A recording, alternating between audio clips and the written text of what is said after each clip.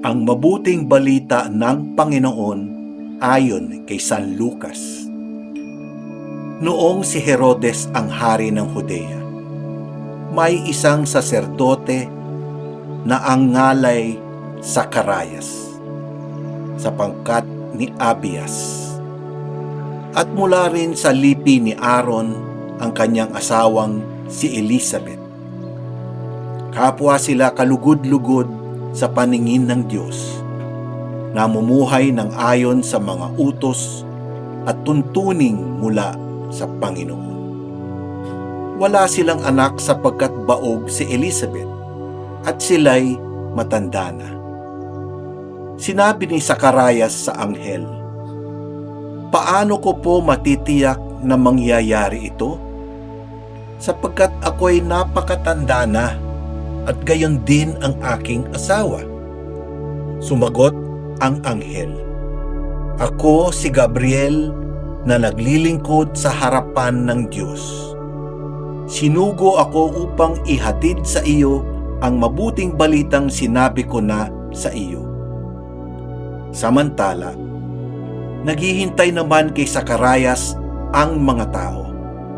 Nagtaka sila kung bakit nagtagal siya ng gayon sa loob ng templo. Paglabas niya ay hindi na siya makapagsalita. Mga senyas na lamang ang ginagamit niya. Kaya natanto nila na nakakita siya ng pangitain. At siya'y nanatiling pipi. Nang matapos ang panahon ng kanyang paglilingkod ay umuwi na siya.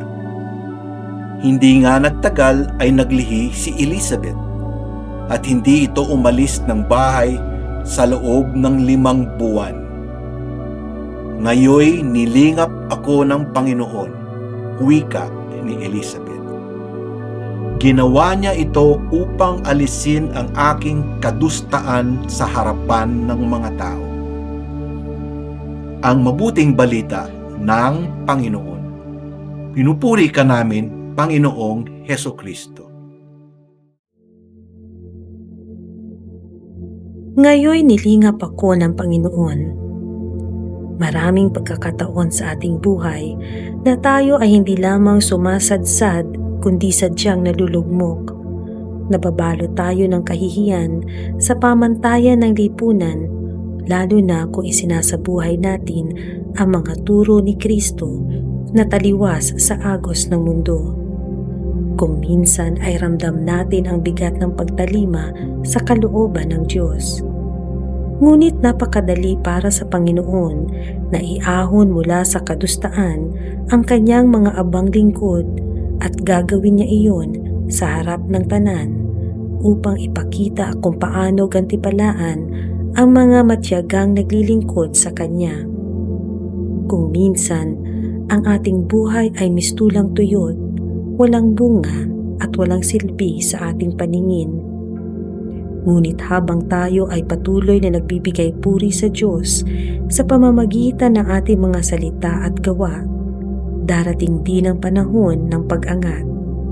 Aagos ang batis ng pagpapala ng Diyos sa ating mga buhay, hindi lamang upang diligan ang ating mga puso, ngunit upang bigyan ng bagong pag-asa ang ating kapwa na uhaw sa paglingap.